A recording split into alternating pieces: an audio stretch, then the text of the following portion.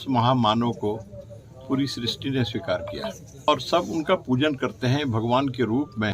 तेजस्वी ने संविधान के उस ग्रंथ को नहीं देखा तो हम उसको पागल कहेंगे, बुद्धिहीन कहना भी ठीक नहीं है, उसको हम पागल ही कहेंगे। तो ऐसे व्यक्ति को राजद ने शिक्षा मंत्री बनाया ही है।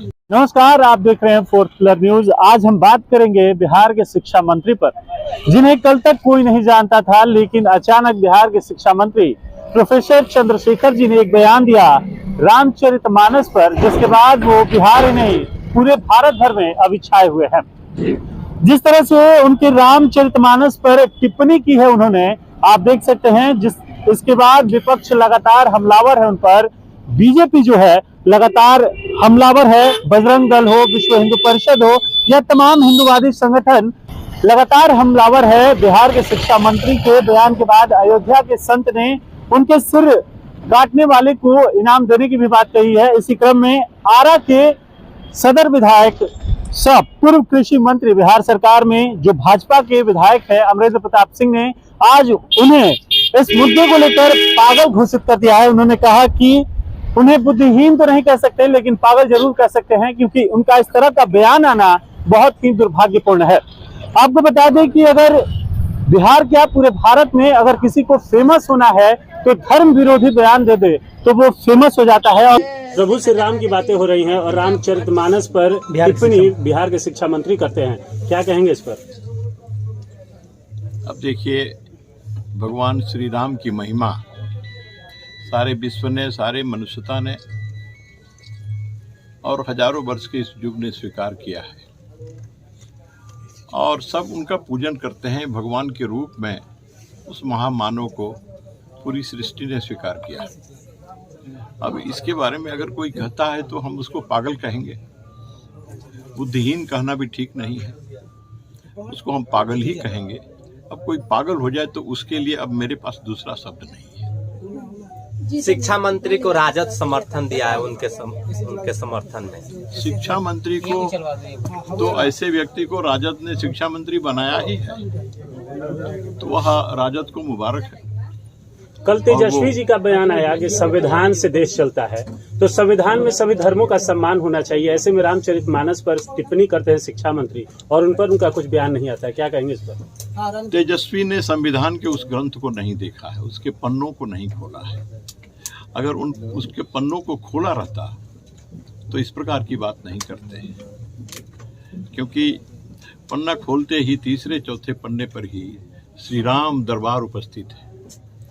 उसमें श्री राम, माता जानकी, लक्ष्मण, भरत, शत्रुघ्न, हनुमान सभी और संविधान के उस पृष्ठ के उस पन्नों पर हैं। तो इस प्रकार की बात करने वाले जो लोग कर रहे हैं उनको ज्ञान नहीं है कि संविधान क्या है, उसकी भावना क्या है, संविधान कहना क्या चाहता है, संविधान किस प्रकार का नागरिक बनाना चाहता है। उन्हें इसका ज्ञान नहीं है, वह ज्ञान प्राप्त करने की आवश्यकता है। और मुझे अफसोस है कि ऐसे ज्ञानियों के हाथ में यह लोकतंत्र की जननी बिहार, उसका शासन और सत्ता वैसे लोगों के हाथों में है। जनता सब देख रही है, समय पर जनता उसका समाधान और निदान भी करेगी। मानस में लिखित है, भाजपाइयों को उस लाइन को पढ़ लेना चाहिए। केवल भाजपाई रामायण नहीं पढ़ते, रामचरितमानस नहीं पढ़ते, सारा संसार पढ़ता है। और यह रामचरितमानस नहीं होता तो आज से 400 वर्ष पूर्व का जो इतिहास था, उस इतिहास के बाद का यह भारत कैसा होता, इसकी तस्वीर क्या होती, इसका अंदाजा आज विद्वान लगा सकते हैं। मैं इससे ज्यादा कुछ नहीं कहूंगा कि अगर तुलसीदास नहीं होते, रामचरितमानस नहीं होता तो आप समझ लीजिए। शिक्षा मंत्री जिस विभाग के मंत्री हैं, उन्होंने शिक्षा में जागरूकता लाने के लिए या शिक्षा के स्तर को बढ़ावा करने के लिए कुछ ऐसा कार्य नहीं किया जिसके कारण वो चर्चा में आए, लेकिन उनके इस बयान के आने के बाद वह लगातार चर्चा में है। अभी कुछ दिनों पहले ही जिस तरह से आरा में बजरंग दल और विश्व हिंदू परिषद ने उनका पुतला दहन किया, इसके बाद फिर आप देखेंगे तो अखिल भारतीय विद्यार्थी परिषद के जो कार्यकर्ता थे उन्होंने भी पुतला दहन किया और लगातार शिक्षा मंत्री पर हमलावर रहे।